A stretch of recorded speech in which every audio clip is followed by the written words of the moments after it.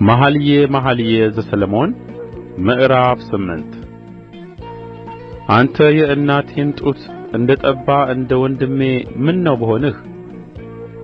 በሜዳ ባገኘሁህ ጊዜ በሳምሁህ፣ ማንም ባልናቀኝም ነበር። መርቼ ወደ እናቴ ቤት ባገባሁህ፣ በዚያም አንተ ባስተማርከኝ፣ እኔም ከመልካሙ ወይን ጠጅ ከሮማኔም ውኃ ባጠጣሁህ ነበር። ግራው ከራሴ በታች በሆነች ቀኙም ባቀፈችኝ ነበር።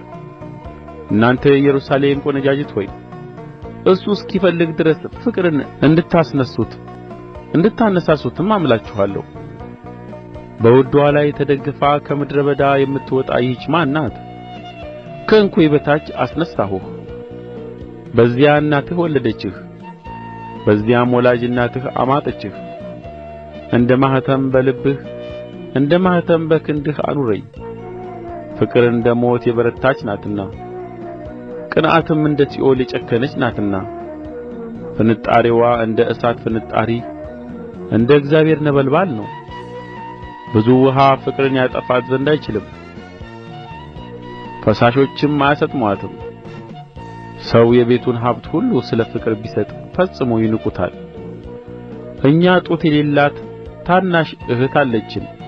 ስለ እርሷ በሚናገሩባት ቀን ለእህታችን ምን እናድርግላት? እርሷ ቅጥር ብትሆን የብር ግንብ በላይዋ እንሠራለን፣ ደጅም ብትሆን በዝግባ ሳንቃ እንከብባታለን። እኔ ቅጥር ነኝ፣ ጡቶቼም እንደ ግንብ ናቸው። በዚያን ጊዜ በፊቱ ሰላምን እንደምታገኝ ሆንሁ።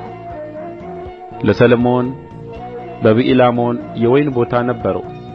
የወይኑን ቦታ ለጠባቂዎች አከራየው።